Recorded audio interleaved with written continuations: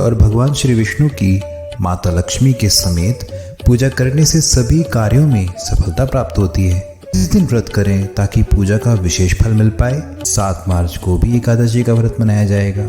ऐसा संयोग बहुत कम बनता है मित्रों। इस महायोग में किए गए दान, स्नान, व्रत और पूजा पाठ से 3 गुना फल मिलता है। एक छोटी चौकी पर लाल या पीला वस्त्र बिछाएं। इस द्वादशाक्षर महामंत्र का 108 बार जप अवश्य करें। भारी से भारी ऋण से भी व्यक्ति मुक्त हो जाता है। हरे कृष्ण मित्रों, विजया एकादशी का व्रत पवित्र फाल्गुन मास और मार्च के महीने का पहला एकादशी व्रत है। इस व्रत को रखने और भगवान श्री विष्णु की माता लक्ष्मी के समेत पूजा करने से सभी कार्यों में सफलता प्राप्त होती है। यदि आपको किसी विशेष कार्य में सफलता प्राप्त करनी है तो विजया एकादशी का व्रत अवश्य रखिए। इस साल विजया एकादशी का व्रत 2 दिन मनाया जाएगा, यानी कि 6 और 7 मार्च को। तो किस दिन व्रत करें ताकि पूजा का विशेष फल मिल पाए? पूजा का शुभ मुहूर्त क्या है? पारण का समय क्या रहेगा? पूजा की विधि क्या रहेगी? इन सब बातों को जानने के लिए हमारी इस वीडियो को लाइक कीजिए। चैनल पर नए हैं तो सब्सक्राइब कीजिए, बेल आइकन पर क्लिक कीजिए ताकि हमारी अगली वीडियो के नोटिफिकेशन आपको मिलते रहें। और कमेंट में भगवान श्री विष्णु की जय लिखना न भूलें। मित्रों, पंचांग के अनुसार फाल्गुन मास के कृष्ण पक्ष की एकादशी तिथि की शुरुआत 6 मार्च दिन बुधवार को सुबह 6:30 बजे होगी। यह तिथि 7 मार्च दिन गुरुवार को प्रातः 4:13 तक मान्य रहेगी। उदया तिथि के आधार पर विजया एकादशी का व्रत 6 मार्च बुधवार को है, इसीलिए कई लोग 6 मार्च को एकादशी मनाएंगे, लेकिन 7 मार्च को भी एकादशी का व्रत मनाया जाएगा। आइए जानते हैं क्यों। वास्तव में 7 मार्च को त्रिस्पर्शा महाद्वादशी है। बृहस्पतिवार को एकादशी, द्वादशी और त्रयोदशी तिथि का स्पर्श होने से त्रिस्पर्शा योग बन रहा है।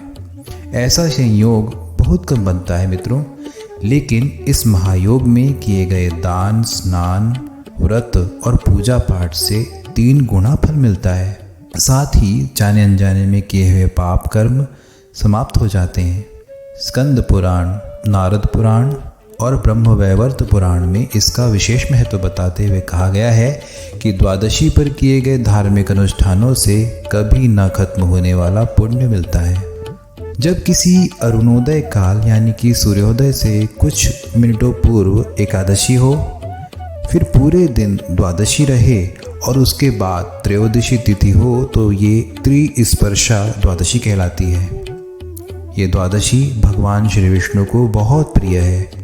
एकादशी, द्वादशी, त्रयोदशी तीनों तिथियां एक ही दिन आ जाने से त्रिस्पर्शा होती हैं। इस महायोग में व्रत, उपवास, स्नान, दान और भगवान श्री विष्णु की पूजा करने से जाने अनजाने में किए हुए हर तरह के पाप समाप्त हो जाते हैं। इसीलिए मेरे विचार में एकादशी का व्रत 7 मार्च को रखना सबसे उत्तम है।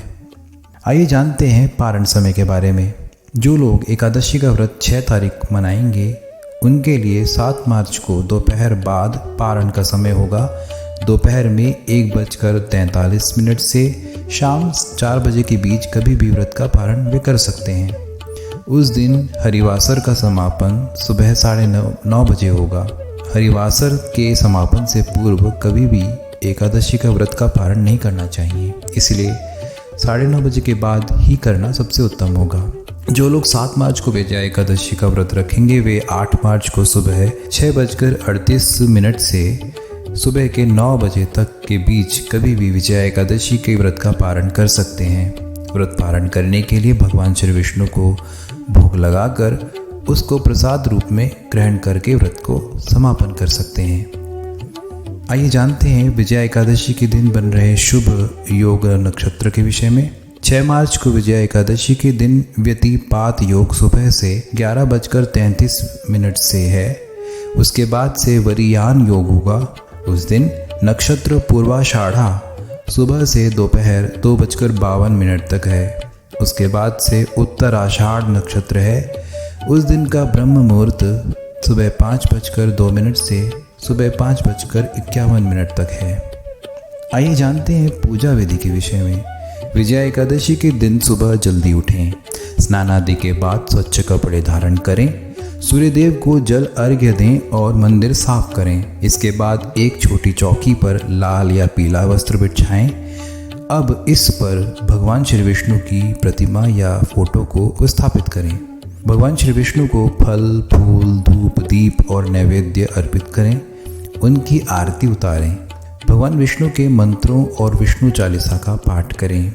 भगवान श्री विष्णु को पंचामृत में तुलसी का पत्ता डालकर भोग लगाएं। पूजा समाप्त होने के बाद लोगों में प्रसाद बांटें और स्वयं भी उस प्रसाद का सेवन करें। इस दिन ओम नमो भगवते वासुदेवाय इस द्वादशाक्षर महामंत्र का 108 बार जप अवश्य करें। गजेंद्र मोक्ष स्तोत्र का पाठ भी कर सकते हैं। इस गजेंद्र मोक्ष पाठ से भारी ऋण से भी व्यक्ति मुक्त हो जाता है और संकटों से मुक्ति मिलती है। श्री राम रक्षा स्तोत्र का भी पाठ कर सकते हैं। इससे व्यक्ति की हर संकट से रक्षा होती है और सभी मनोकामनाएं पूर्ण होती हैं। मित्रों, विजया एकादशी का व्रत रखने से व्यक्ति को हर कार्य में सफलता प्राप्त होती है। यह व्रत भगवान श्री राम ने स्वयं किया था लंका पर विजय प्राप्त करने से पूर्व। उसी व्रत के प्रभाव से उन्हें लंकापति रावण से विजय प्राप्त हुई थी। भगवान विष्णु के आशीर्वाद से व्रत करने वाले के सभी पाप मिटते हैं और मोक्ष की प्राप्ति होती है।